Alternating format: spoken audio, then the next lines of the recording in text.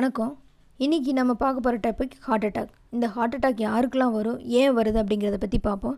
Heart attack அப்படிங்கிறது என்னென்னா, இதயத்தில் இரத்த ஓட்டம் தடைபடுறதுனால வரதா இந்த ஹார்ட் அட்டாக்.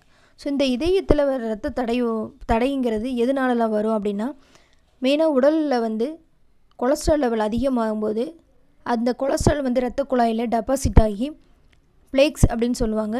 ஸோ அந்த அடைப்பு ஏற்படும் போது இரத்தத்தில் இரத்த ஓட்டம் சரியாக போகாமல் அதனால் வரதா ஹார்ட் அட்டாக். இது ஒன்று. ரெண்டாவது ஸ்மோக்கிங், இந்த மாதிரி அடிக்ஷன் ப்ராப்ளம் இருக்கும்போது இந்த ஸ்மோக்கிங்னால் இரத்த குழாய்கள் தடிப்பாகி அதனால் இரத்த ஓட்டம் போகாமல் இருக்கிறதுனாலையும் இந்த ஹார்ட் அட்டாக் வரதுக்கான வாய்ப்பு.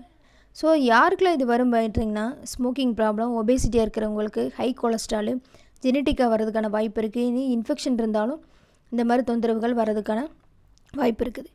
அப்புறம் சிலர் ஜங்க் ஃபுட்டு, ரொம்ப ஃபேட் ஃபுட்டாக எடுத்துக்கிறது, நேரம் தவறி மாறி மாறி சாப்பிட்றது, அந்த மாதிரிலாம் எடுத்துக்கும் போதும் கூட இந்த ஹார்ட் அட்டாக் வரதுக்கான வாய்ப்பு இருக்குது.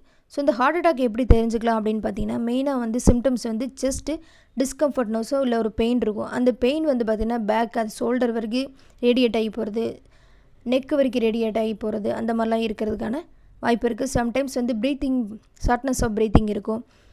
தலைவலி, ஒரு மாதிரி தலை பாரமாக இருக்கிற மாதிரி ஃபீலிங்லாம் கூட இருக்கிறதுக்கு இந்த சிம்டம்ஸ் ஹார்ட் அட்டாக்கோட சிம்டம்ஸு. ஸோ இதுக்கான மருந்துகள், அந்த பிளேக்ஸ் ஃபார்ம் ஆகாமல் இருக்கிறதுக்கும், கொலஸ்ட்ரால் லெவலை கண்ட்ரோல் பண்ணுறதுக்கான மெடிசின்ஸ் ஹோமியோபதியில் இருக்குது. அது மட்டும் இல்லாமல் ஸ்மோக்கிங் ப்ராப்ளம் அந்த மருந்தாக இருந்தால் அந்த அடிக்ஷன்ஸ் ப்ராப்ளம்ஸை கண்ட்ரோல் பண்ணுறதுக்கும் ஹோமியோபதியில் மெடிசின் இருக்குது. ஸோ இந்த நோயை பற்றின சந்தேகங்கள் இருந்தாலும் நீங்கள் ஆன்லைன் மூலமாக எங்கள்கிட்ட கன்சல்டேஷன் பண்ணி ஹோமியோபதி மருந்துகளை வாங்கிக்கலாம். இல்லை கிளினிக் வரணுன்னால் ப்ரியர் அப்பாயின்மெண்ட் வாங்கிட்டு வாங்க.